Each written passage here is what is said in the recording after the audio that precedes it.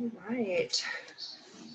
We'll kick off the second day of Dogs on Zoom with Friends for Life Animal Shelter. We are excited to be on here.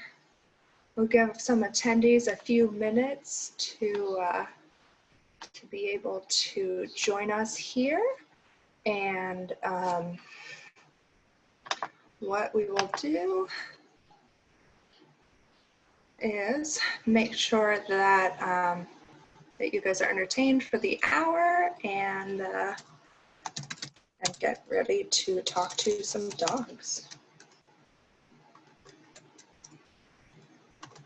Get everybody in here. So today we've got 4 of our dogs who are adoptable Friends for Life. So this is the Dogs on Zoom webinar.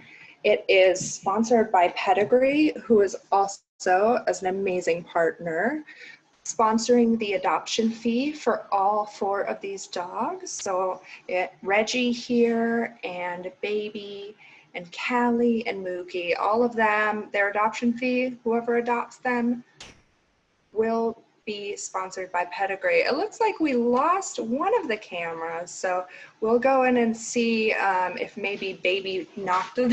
There we go, there she's back, perfect. All right, so bear with us here well, it's a bit laggy, but we'll kick off the call just by going over a little bit about who we are. So again, we are Friends for Life Animal Shelter. We are based in Houston, Texas, in Houston's historic Heights neighborhood. We have our physical shelter located off of 22nd Street and Yale, for those of you in the hood. And then we also run an adoption location out of our PetSmart. So this physical shelter is where we show our dogs and our cats. So these 4 dogs you see on here are all adoptable.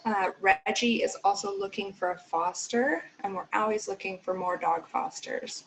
And so what a foster provides is a safe place until the animal finds their forever home. And then we provide everything else the animal needs. So right now you see they're getting into some Kongs, some enrichment treats, some puzzle toys. Reggie's got a little puzzle feeder there that he's working on. Mookie's going to town on that Kong. Baby is enjoying the Kong. Look at her sweet tail. And Callie is working on a snuffle mat. So if you've never seen this kind of fringy looking mat before, they're super simple to make at home. You can Google instructions. And what we do is we fill those with tasty treats, and then they have to snuffle them out with their nose. So I can go into a little bit about these dogs. I will give you a heads up that I am super lucky to have my colleague, friend, and behavior extraordinaire on as well with me, Melissa Taylor. So we'll get some feedback from her later on. I'll take her off mute and let her answer some of these questions. So we've got Mookie. Mookie is about 10 years old. He came to us as an owner surrender when his owner was no longer able to take care of him. He's a medium energy guy. He enjoys snuggling a lot, but he also enjoys playing. He is technically a senior at 10 years old, but he's still got a lot of love to give. You can see his face, since right now you can just see his body, but you can see his face if you head over to his profile, which is on our website at friends4life.org/Mookie. And we use that same convention with all of our adoptable animals. So anyone that you're looking for, you want to get more information on Callie or Reggie or Baby, you can go to friends4life.org/their name. All right, so Mookie, again, our senior guy, big cuddler. He's a great dog all around. He can be a little reactive to dogs.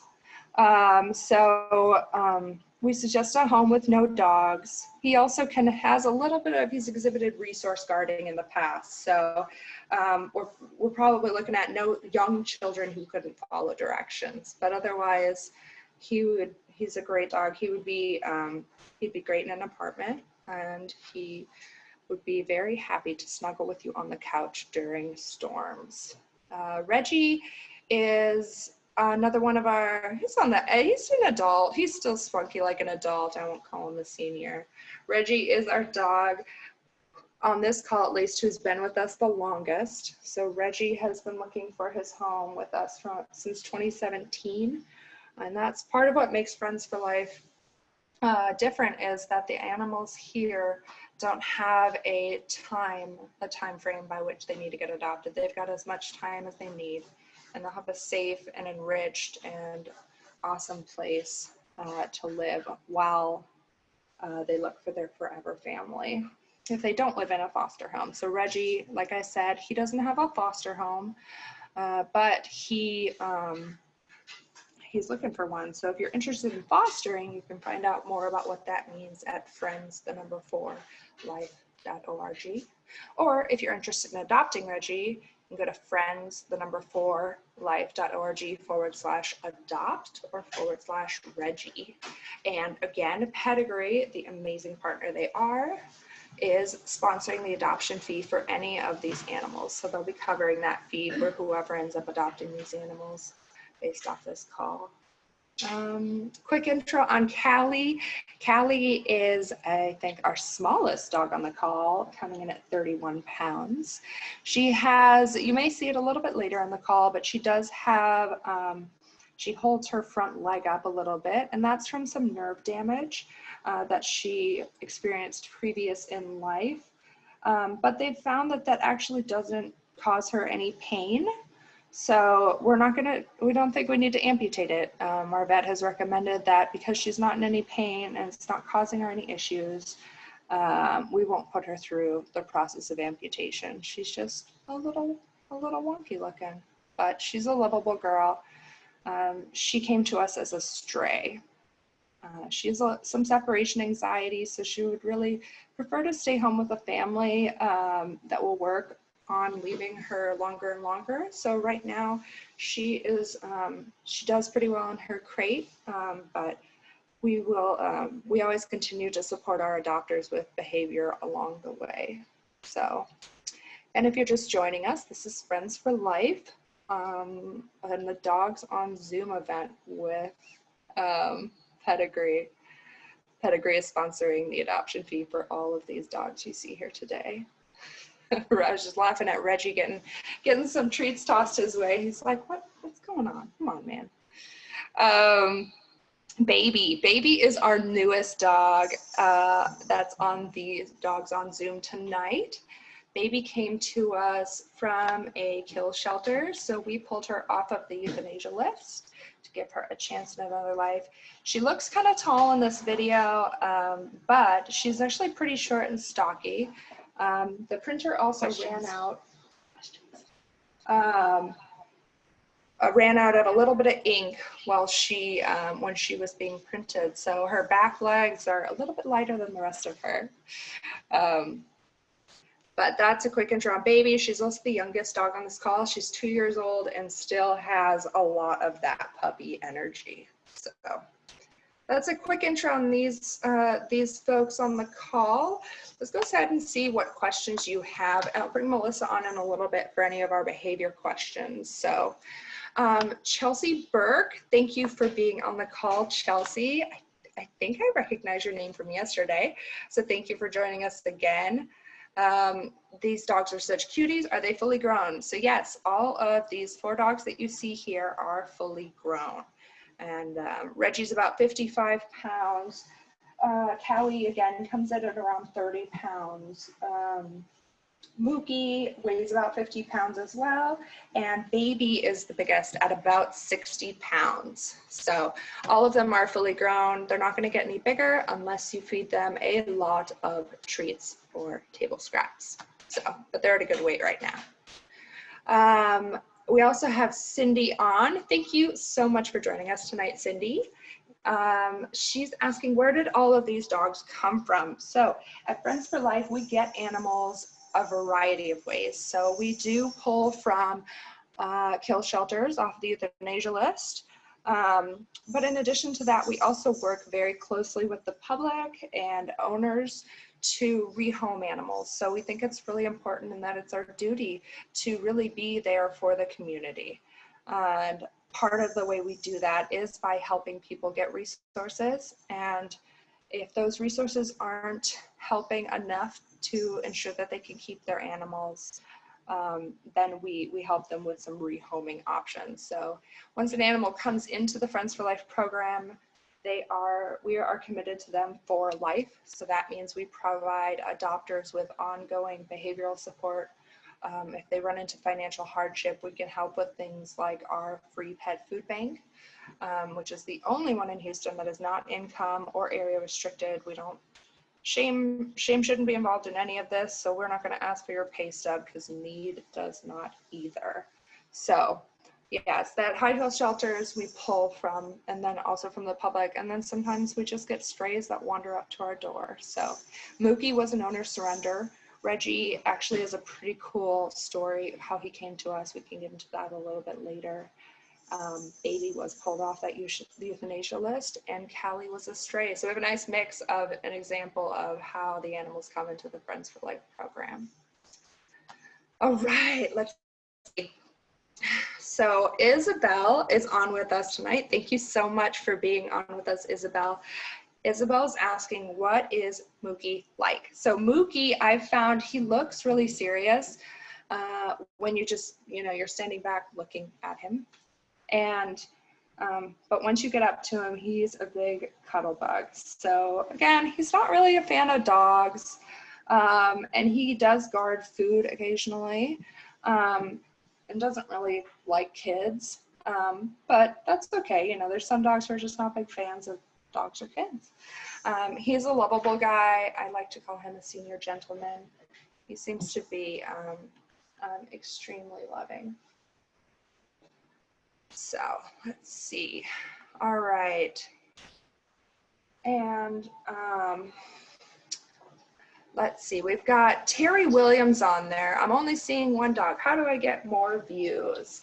Let's see, Terry. You'll need to click on gallery view at the top right corner. So if you're on your phone, you can swipe left and it should enter gallery view. That's how you will see all 4 of the dogs that we are showing. All right. Let's see, who else do we have? We've got some more questions. So I'm going to go ahead and bring Melissa on for a few of these questions. So we've got some questions about dog park, apartments, and kids, and first-time dog owners. So I'm going to go ahead and bring Melissa Taylor. She is our behavior and training manager here at Friends for Life, who runs an incredible team of behavior experts. So welcome to Dogs on Zoom, Melissa. I'm going to put a few questions your way. So the first one that we have is from Joe. So Joe would like to know which of these dogs would be suitable for a first-time dog owner. So I know some of these are longer stays, so I'll let you take that one away. Hi, Jen. I'm so excited that we're featuring these dogs here that don't usually get a whole bunch of attention. And I'm so excited that so many people are asking questions about them. So as far as which of these dogs would be suitable for a first-time owner, I would say it really depends on what kind of caregiver you would be. So if you were, somebody who is very active and, went jogging every day or wanted to do a lot of interactive hobbies with your dog, then I would say Baby is probably a good choice for you. She is kind of a forever adolescent, so she has a great name because she acts babyish all the time. And I like to say that she's kind of on spring, so she's like boing boing boing everywhere she goes, and she is very optimistic and happy and playful. And she's got kind of she acts like a young dog and needs to learn a little bit about how to not get into stuff at home. But I don't think that that's anything that a first-time dog owner couldn't deal with.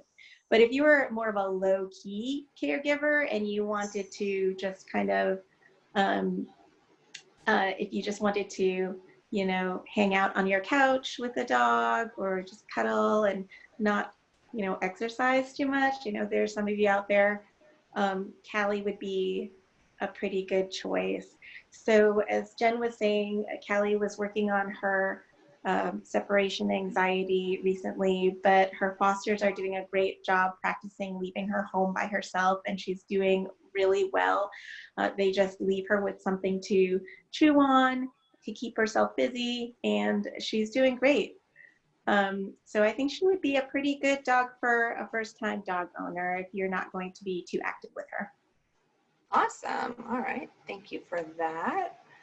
We had a few other questions about Callie, so we can answer those quickly. So Isabel wants to know, thank you for being on, Isabel. She wants to know, is Callie good with kids?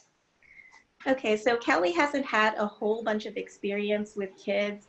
I would imagine that she would be better with older kids or kids who are able to be more responsible with dogs. Not that she's done anything, you know, rude or aggressive towards kids, but she can get scared of people who are a bit rude to her, like maybe a little bit of, you know, people who are loud or get into her space really quickly. She's never been aggressive, but I would say that she would be better with kind of quieter folks who are a little calmer. Okay, that makes sense. What about other dogs? So I know Callie can be a bit reactive to other dogs. Mm-hmm. Yeah, so Callie isn't a dog fan, but so we basically just steer clear of other dogs on walks. So I wouldn't say that she'd probably want to be the only dog in the house. And she's generally good meeting strangers. You know, it's just very rare if somebody is scary to her. Maybe they're just super tall or, you know, if, you know, but it's very, very rare. She's usually very friendly with strangers. Okay, cool. Let's see. How about we take a look at, so Patsy's asking, are any of these pups good with kids? So we just kind of went over Callie, but what about the other three dogs on here, Melissa? So we don't know a whole bunch about Baby with kids. She's been a little bit shy with some strangers before, but those have been adults that we've introduced her to. So I would just say, like with any dog that you don't know about, whether they've had experience with children, just to take things slow, coach the kids to be calm and relatively quiet around the dogs, and give them some toys or treats to give to the dog to help kind of establish that good first impression. With Reggie, so Reggie has been around a lot of kids before, and he's been really good with kids that he knows. But he does need a special introduction for any person that he doesn't know. So I would say that if you have kids and did not have company over, I think he would be a great choice, because once he meets the kids, he is great. Like, he's hung around kids when they played with their toys, and he's a big cuddle bug with kids. It's just that, you know, you wouldn't want to have kids over at your house because you would need that special introduction every time. And then we know Mookie's not a huge fan of kids. Yeah, Mookie just generally is not a kid fan, which, you know, that's okay. Yeah. Awesome. So, well, I am gonna throw you back on mute, and then we'll come back for a few more questions in a little bit. Sure thing. So I just wanted to, for any of those joining the call now, if you were on yesterday, welcome back. If you are joining us for the first time, thank you so much for logging in. We will be here again tomorrow for the Dogs on Zoom event sponsored by PEDIGREE. So in addition to giving us this platform to share some of our awesome adoptable dogs with you, PEDIGREE is also sponsoring the adoption fees for these animals. So if none of these guys tonight are necessarily your style, or maybe they're too big, come and join us tomorrow. We might have a few that are a little bit smaller tomorrow. And then you can always go and see the dogs that we promoted yesterday. So yesterday we were looking at a few other dogs, and those guys' profiles are listed on our Facebook page. Our Facebook page is Friends for Life, or sorry, no, it's facebook.com/Friends for Life Houston. Our website again is friends4life.org. And then you can also connect with us on Instagram at friends4life.org.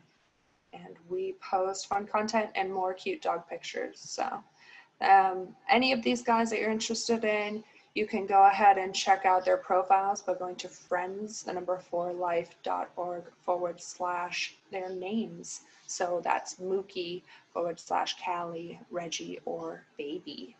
If you're just looking for more animals or just interested in adopting in general, you can find out more details at friends4life.org/adopt. You can also find all of those details on meetyournewdog.com. So looks like everybody's finished with their Kongs, maybe. Baby and Mookie. Mookie's got 2 Kongs in there.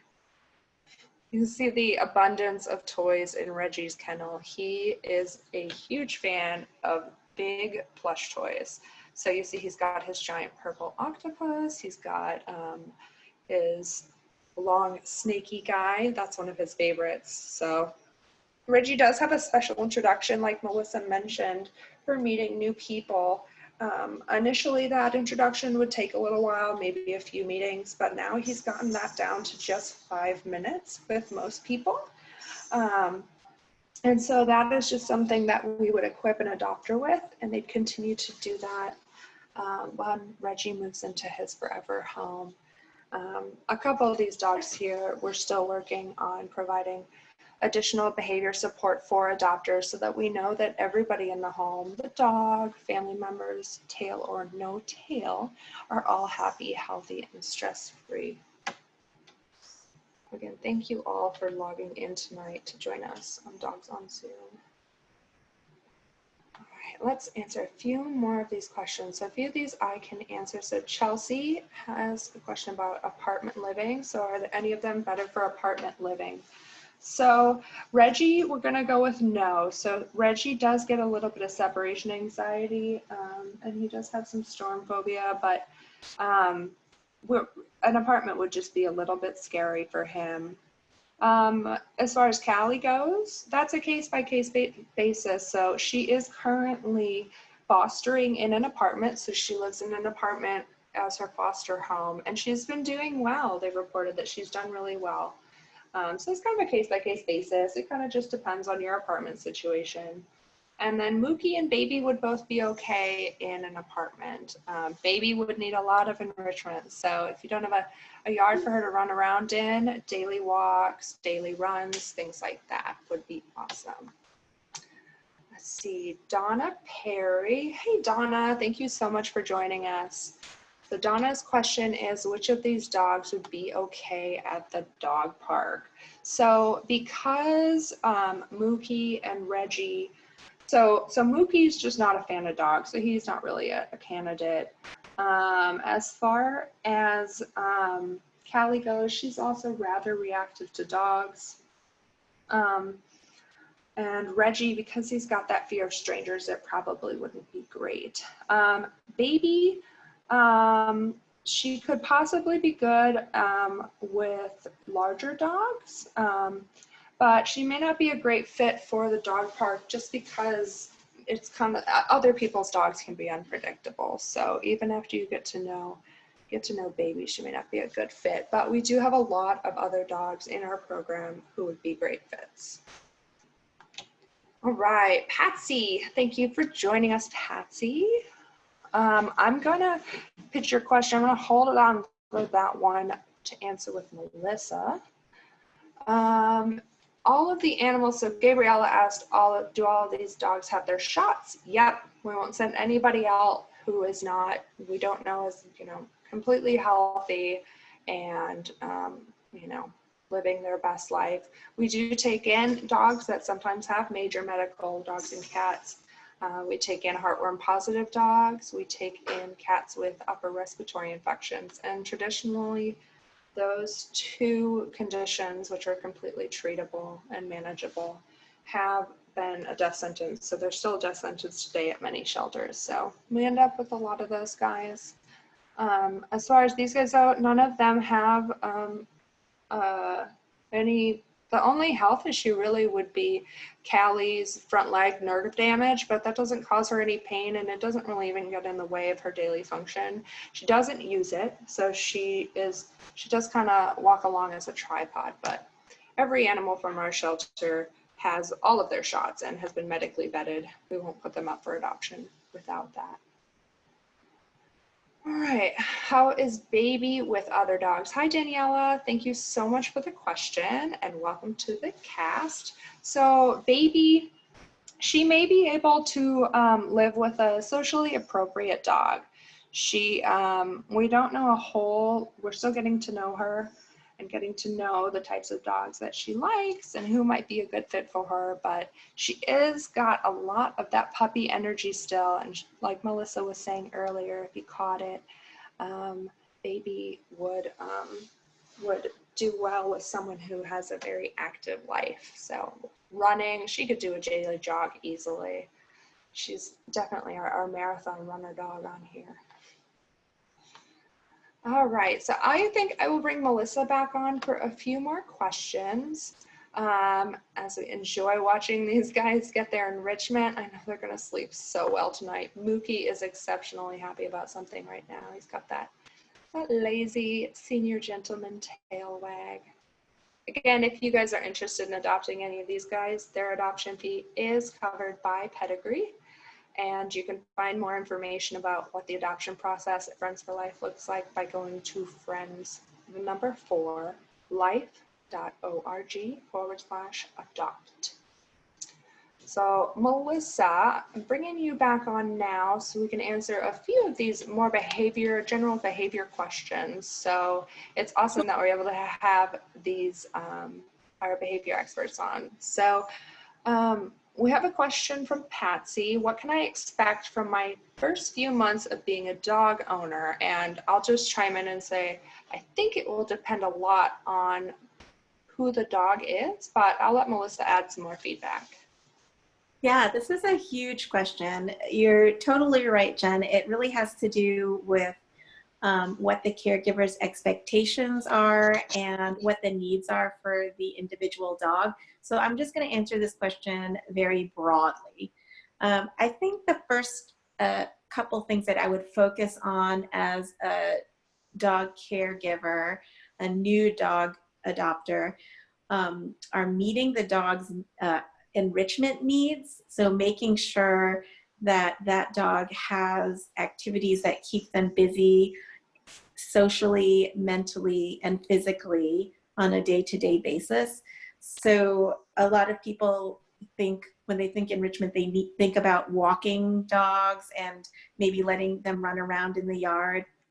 But when we coach adopters, we really focus on more structured enrichment. Like, so for example, if you are going to walk them, what kind of training exercises could you work on as you're walking the dog? If you're going to play with them with a toy, do you have rules about, that are involved in the game that you're playing? So do you ask them to do some behaviors before you toss a toy? Or do you make sure that they relinquish the toy when you tell them to? Do you give them new things to smell on a day-to-day basis? Or do you take them to new places frequently? If your dog is friendly with other dogs, do you introduce them to other friendly dogs regularly? So I think it's nice when you first adopt a dog to have that plan in mind. Like, how am I going to meet this dog's enrichment, and what kind of level of enrichment need can I handle as an adopter? So like I was talking about earlier, that Callie has, lower enrichment needs compared with Baby, who needs a lot more to do. And so if you're able and willing to meet the needs of a higher enrichment dog, then maybe, think about and write down different ways that you can meet those needs on a daily basis. The other thing that I would think about as a new caregiver, and also as a mom, is to consider the relationship building for each one of my family members and the dog. So I would make sure that each person in my family has activities that they can do with the dog so that they can continue building a relationship, because you don't want you know, the dog to feel uncomfortable with any of the family members. You want the dog to feel to have that healthy relationship with everybody in the family. The other thing is I would do my best. So this is the last of the, you know, first things I would consider as a new caregiver is, how does the dog fit into your day-to-day schedule? You know, is the dog going to be comfortable when you leave them for work, for example? So, I mean, in this time when we're all staying home a lot more, you might want to practice leaving your dog home for the time when you do go back to work more. Also, you know, what kind of manners are you expecting of your dog when you're eating your meals every day? Are you going to, you know, want them to stay on a mat and chew their bone and be busy doing that? Or are you okay with the dog hanging out under the table? Because people have different expectations. So I think it's a good idea to, before you even take the dog home, consider what your own expectations are. Do you want the dog to sleep in your bed, or do you want them to spend time in the crate? And then once you have all those expectations, then you can ask us, the shelter, questions about, you know, which dog would fit into those expectations the best. So I hope that answers a huge question. Yeah, I know it can be a very broad question. And I know when we equip adopters, what we like to do is make sure that they know specifically who the individual animal is they're adopting and the types of needs they have, and then give them ideas on how to do that. So, right. They're so lucky they come to our shelter because we know our animals so well, so we can answer those questions. Yeah, no, because we spend a lot of time with these guys. Some of them, a lot of time. Reggie, who is ready to find his forever home. So Joe did say, do any of these dogs know any commands? And if they don't, can your team help with training? So I can intro that, and then I'll ask her a more specific question. But Mookie, Reggie, Baby, and Callie, we work on basic commands at the shelter. That's part of those enrichments that Melissa was talking about. We work on a lot of basic commands. So, for example, Reggie knows sit, stay, down, drop it, touch, look, as well as a few other interesting tricks. But Melissa, as far as training goes, can you tell us, maybe give us one thing each that these guys can do that's a little bit out of the ordinary if they have a special talent, and then tell us a little bit about the husbandry training that Friends for Life does with these animals to prepare them to go into their forever home? Sure. So, I mean, I can give you more than one thing. All of our dogs that stay at the shelter, they have training goals that they have to meet for every 2-week cycle. So every 2 weeks, our training team meets up, and every single dog at the shelter is working on something. So I know, for example, that Callie was working on her separation anxiety when she was at the shelter, and people don't consider this a command, but you know, when we practice leaving her alone, we would tell her a safety cue to let her know that a period of low stress was going to follow, so she didn't freak out. So we taught her a safety signal whenever we left her so that she would be okay being left alone. And to me, that's a lot more helpful than commands like sit and down. But although Kelly does know sit and down, and she does come on cue, but you know, she's also kind of able to handle those situations that might have been difficult before. So all of our dogs have commands or behaviors that they're trained here at the shelter. Everybody here should know sit and down. They should all come on cue. They should automatically sit before we come into their space, and automatically sit before they exit the shelter, just so that they don't door dash. We train them to walk nicely on leash so that they're not straining, and you know, they're not annoying for us to walk on leash. And the dogs that spend a lot of time at the shelter, we eventually start training them some cute tricks. Like Reggie knows how to sit up and beg, and he loves doing that so much. I've seen that. It's super cute.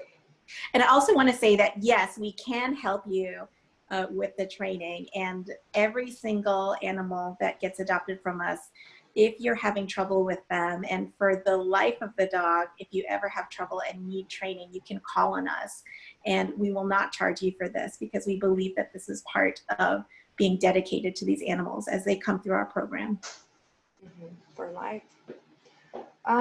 Okay, let's see. So Cindy had a question about crate training, and I think, Cindy, I'm gonna pull up an article on our website that talks about crate training and how we do it. And you can just print that off and go through that process. But Cindy also asked about sending your dog to boarding school. So Melissa, would you talk a little bit about, we covered a little bit of this yesterday with PC, so about the difference between boarding school. Cindy says, I don't know if I would know how to train my new dog on my own. Right. So, and we don't expect you to know how to train your dog. We can help you do that at home.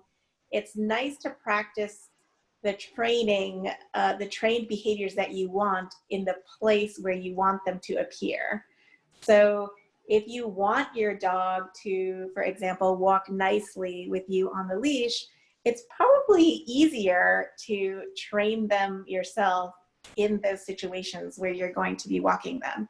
And we can help you with that. But I'm not going to say that it's a bad idea to send your dog to boarding school, because we do know reputable boarding schools that do excellent work training dogs, and they do follow our methodology, our ideas about using non-compulsive, training techniques that don't work on the basis of fear or pain. So we have some great boarding schools that we can recommend. I just don't think that, I think that it's important to have faith in your ability to train your dog with our help. And we're willing to and able to give you that support when you adopt a dog. But if you, prefer to send your dog off to boarding school, we're also more than happy to recommend some great boarding schools out there. Awesome. All right. And then last question, and I don't know if you'll know this, I don't know because I've never seen her do it, but would Callie be okay in a home with stairs? Have you seen her do stairs? Yes, so she does live in an apartment situation now, and in the beginning she was a little bit afraid of the elevator, so she did use the stairs there. So I know that she's been in more than one situation where she's encountered stairs, but now she's okay with the elevator. Okay, great. Yeah, I remember that was a big training achievement for her because she was extremely scared of the elevator, and then we were able to work with them to get her comfortable with it and work with her on her consent to accept that elevator and that process. So I do want to add though that for dogs who are tripods, and if they're missing one of their front legs, like essentially Callie acts like she's missing a front leg, it can be really stressful on their, front leg, their functioning front leg joints if they have to go up and down stairs a lot. So, it really is on a case-by-case basis. You really wouldn't want her to have to go through that every day, if that makes sense. No, absolutely, yeah. Or put like her bed upstairs and her food and water downstairs or something like that. Right. Okay, awesome. Well, I will probably bring you on for more behavior questions in a bit, Melissa. Thank you so much in the meantime. You're Just welcome. do a little bit of a recap here for folks. So if you are just joining us, thank you so much for being on Dogs on Zoom with us. This is sponsored by PEDIGREE, and being the amazing partners they are also sponsoring the adoption fees for these 4 animals that you see here, as well as the dogs that we had on during yesterday's Dogs on Zoom and the dogs that we're going to have on tomorrow on Dogs on Zoom. So if you want to join us again tomorrow and see all of those amazing dogs that we have lined up, we've got some lookers on tomorrow as well. You can go to meetyournewdog.com. So what we've got now, it looks like everybody's kind of relaxed into their routine. Mookie went back to work on his other Kong. What Reggie's doing in the corner there is working on a puzzle feeder, so that is some enrichment for him. And it looks like Baby is also looking for something to do. So we have a few of our behavior and blue shirts, we call them. These are our volunteers. They wear an iconic blue shirt, so it's easy to identify them. They are helping us today keep these guys entertained and enriched. So there you see baby's doing, it looks like probably a bit of training where we're training her on auto sit. So that's when we ask them to sit, and we reward them for that behavior.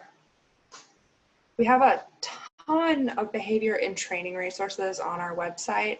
That website again, and for those of us just joining us, is friends4life.org. And we've got a huge resource section. So we've got a ton of articles that we've vetted and that we find are super helpful and successful in a lot of different basic training endeavors with animals. If you're in Houston and you're interested in volunteering with us, we are accepting volunteers. The shelter is currently closed due to the pandemic, but we're still doing adoptions, and we're still taking volunteers on and finding creative ways for them to get involved while we minimize the number of humans at the shelter. A few of those volunteers, those blue shirts, have gone through our program to become certified professional dog trainers, and so they work with Melissa to get through that process. It's a really amazing process. It's awesome. So Isabel brings up a great point. She says, if I'm not ready to adopt, can I foster, and how do I apply? Thank you for that question, Isabel. For those who are just joining us, you can go to friends4life.org/foster. And that will get you all of the details on what we do for fosters. So in essence, we provide everything that the animal needs, and you just provide a loving and safe environment. So Reggie is still looking for a foster home. We're always looking for foster homes. The number of foster homes available is directly correlated to the number of animals we are able to bring into our programs. So if you want to help save more dogs like Mookie, Reggie, and Callie, opening your home as a foster can be an amazing way to do that. So again, that's friends4life.org/foster. And the application to foster is right there on the website, and it'll go directly to our dog or cat team. All right, let's see. So Alex asked, how do you determine if a person and dog are a good match? So that leads in nicely to our adoption process. Again, we usually have part of that is an adoption fee. The dogs on here, all of their adoption fees are being sponsored by PEDIGREE. So that's awesome. If you adopt one of these guys, PEDIGREE will pay for that. So the way our process works, and I'll get to how we kind of match in the middle of this process, but the first thing is to fill out the application. Those are linked on the website, that same adopt link, as well as each individual animal's profile. So again, you can get to any of their profiles to see more pictures and learn more about them by going to friends4life.org/Reggie or Mookie or Callie or Baby. So it's just their name. You can also go to our website and search for their name in the little search box in the top right corner, and they will pop up. So you put in that application, and then from there, we reach out to you to set up an interview. We like to usually do those in person. However, because of social distancing and the pandemic, we want to keep everybody safe. Wear your mask, kids. And we are doing those now either via video call or via phone. And that just gives us a little bit of time to get to know you better, find out what you're looking for. So we ask people things like what their housing situation is, if they rent or if they own, if they have a backyard. And then we get into a little bit more on the interview, we get into what they're really looking for in a dog. So you may notice that we don't have the breeds up on the names for these guys who are on camera. And that's because we stopped talking about breeds a couple of years ago at the shelter. We just found it wasn't a good predictor of who that animal was as an individual. And so as Melissa mentioned earlier, we work really closely and we get to know these guys really, really well. And that way, when we talk to a human, we can say, if they say, you know, well, I'm looking for a dog park dog and I like to go running every day and I go camping. And so we kind of talk to them about what they're looking for. Are you looking for a sporty dog? Are you looking for somebody to just be a couch potato? That is my preference. That's what my dogs are. Whatever the adopter's looking for, we work with them. We try and see where the adopter's interests are and what type of activities they want to do with the dog and what kind of life they want to lead with that animal in their home. And then we're able to tell them if the animal they applied for would be a good fit for that, or suggest some recommendations on who they might look at. From there, after we do that phone interview, all of those papers go to our adoptions team and they look it over.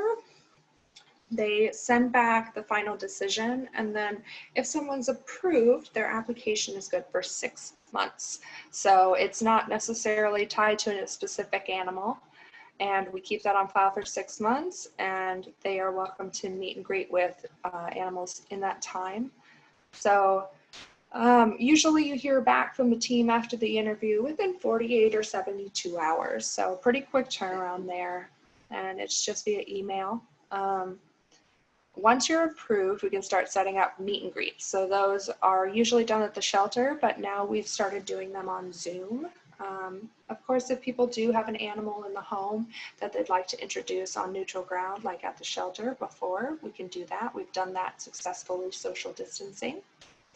And then if it all works out at the meet and greet, you take the animal on a sleepover. And that sleepover is kind of unique to our program. So that gives the adopter a 7-day trial to see if that animal is going to be a good fit in their home. So maybe it's personality or energy, or for whatever reason, the adopter finds that the animal isn't a good fit. They can bring the animal back and talk to us a bit about what didn't work out, what did work out, and we can try and suggest another animal if they're still interested in adopting. So we've found that that helps reduce the number of animals that end up in homes that maybe just aren't a perfect fit or aren't a good fit, and it relieves stress on a lot of adopters that they're not going to be stuck with an animal that they know nothing about or that they're not prepared to handle. And then, as I mentioned, we are always a resource for our adopters, whether it be behavior or resources.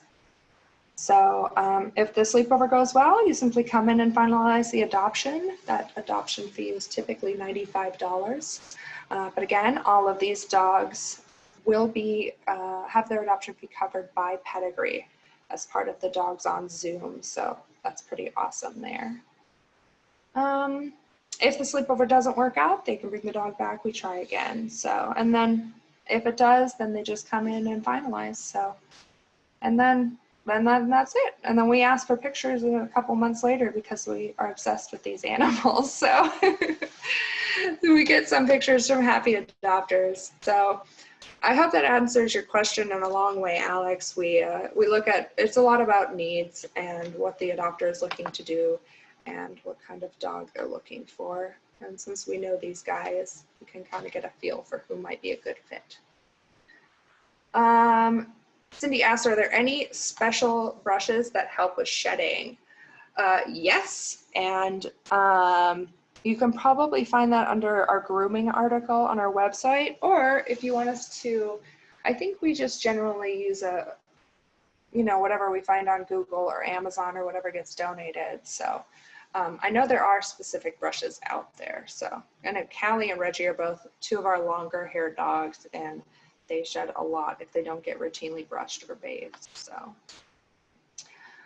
let's see. So, how long do most of these dogs sleep? Chelsea asked that question. I guess it depends. It really depends on the dog. So I know that Reggie can be a snoozer. Baby is up and at him, but then I think when she passes out, she is out, kind of like a puppy. They play really hard, go really hard, really fast. So Callie, I've napped with Callie in her kennel, and she'll take a nice long snooze. And then Mookie again is that older or that senior gentleman who is happy to just snuggle up on the couch. I know Reggie though. Reggie likes enrichment, and he'll snuggle up, especially during rainstorms. So he's not a huge fan of thunderstorms. So, all right. Let's see. So we've got about 10 minutes left. If you are just joining us, this is Dogs on Zoom, sponsored by Pedigree. Thank you so much to Pedigree for sponsoring the adoption fee for all of these dogs. We were on yesterday as well, and you can see who you missed yesterday by going to our Facebook page, which is facebook.com/Friends for Life Houston. So we had a few other dogs on there yesterday. We will be on again tomorrow at 5 o'clock, and you can join us by going to meetyournewdog.com. We will have 3 more new dogs. You'll see Reggie again because he's our all-star, and we just want to promote the crap out of him. But you'll see some different dogs tomorrow. You can get a sneak peek again if you go to our Facebook page. That's Friends for Life Houston. And all right, so we'll get through these last few questions. So Joe asked, would any of these dogs be okay in a smaller apartment in the city? So again, Callie has been fostering in an apartment, and she's done well. As long as you have some area that you can walk where it's rather easy to avoid dogs on your walk or redirect her across the street, things like that, you might look at that. Baby would also probably be okay in an apartment, as well as Mookie. So both Mookie and Baby would be good, would be decently good in an apartment. It just entirely depends on your situation and probably the noise level and stranger level and things like that. So make sure you check that out on their profiles. So again, you can go to friends4life.org/ their name. So Mookie, Reggie, Baby, or Callie, and that will take you directly to their profile. And then of course, our adoption counselors are always happy to answer questions about any of our dogs and to offer suggestions on dogs that may be a good fit for a specific situation if you can give us a lot of details about what you're looking for and what your living situation is. So I'm gonna bring Melissa back on to talk really quick to answer our last question.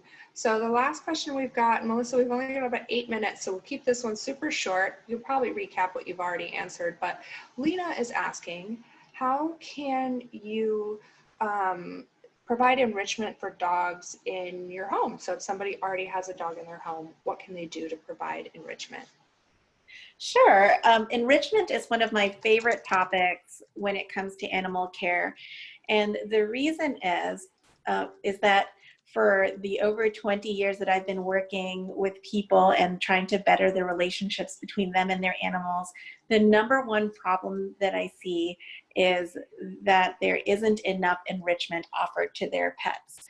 So like I said earlier, there are 3 types of enrichment. There's social, mental, and physical enrichment, and you can fulfill all of these needs in your home, believe it or not.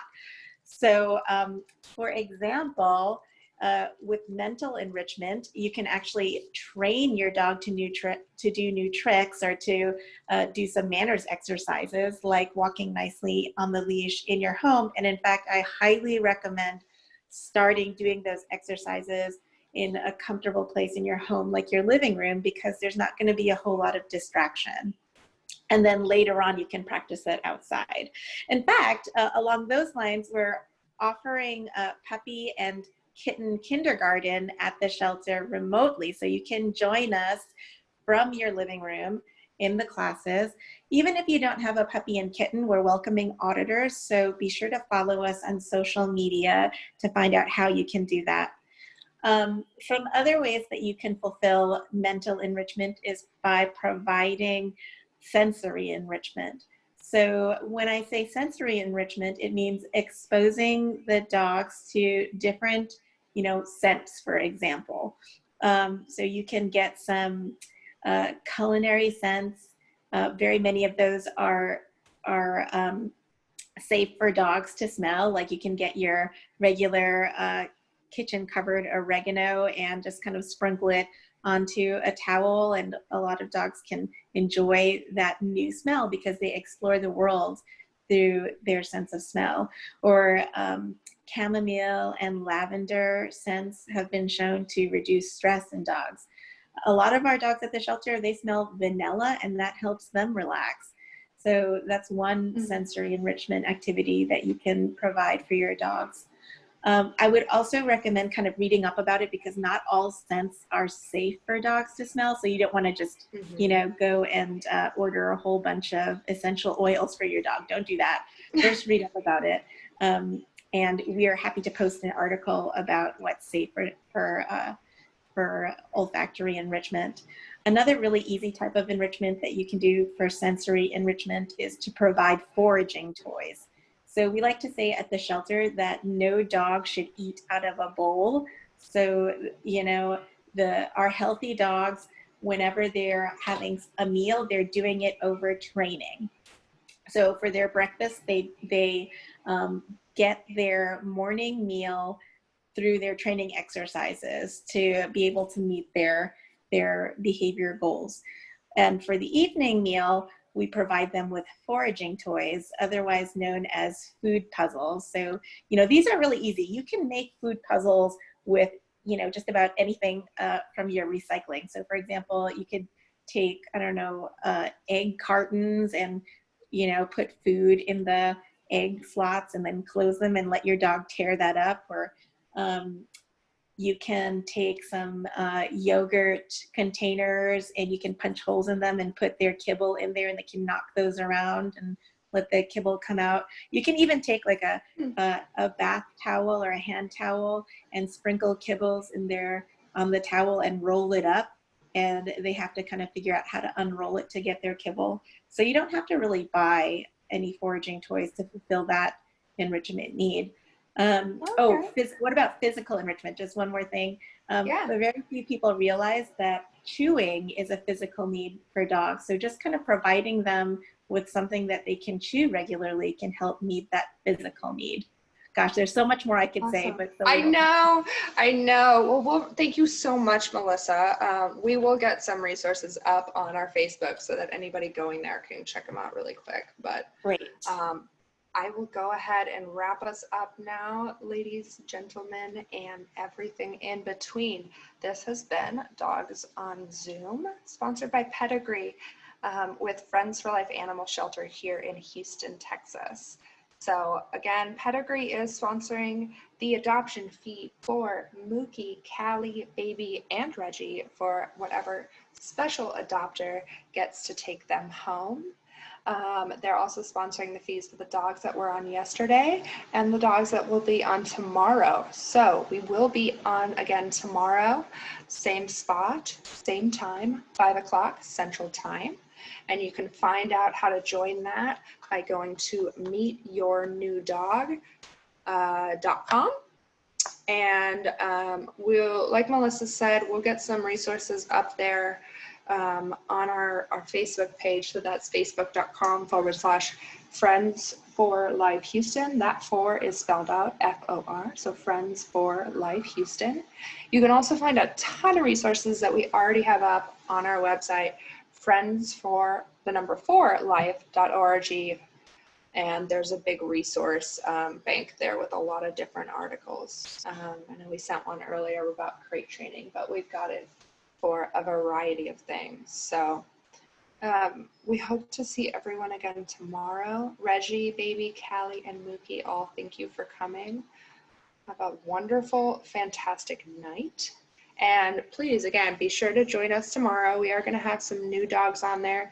If you're interested in seeing who, check out the events on our Facebook page.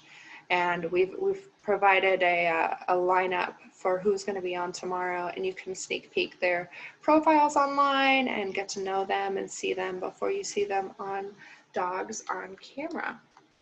So Bridia, yes, so we will be, the event is over at 6 o'clock, but we will be on again tomorrow at 5 p.m. Central. Make sure to check out meetyournewdog.com. Thank you, everyone. This has been Dogs on Zoom, sponsored by Pedigree with Friends for Life Animal Shelter in Houston, Texas. And we'll let Mookie, Reggie, Callie, and Baby take us away for the night.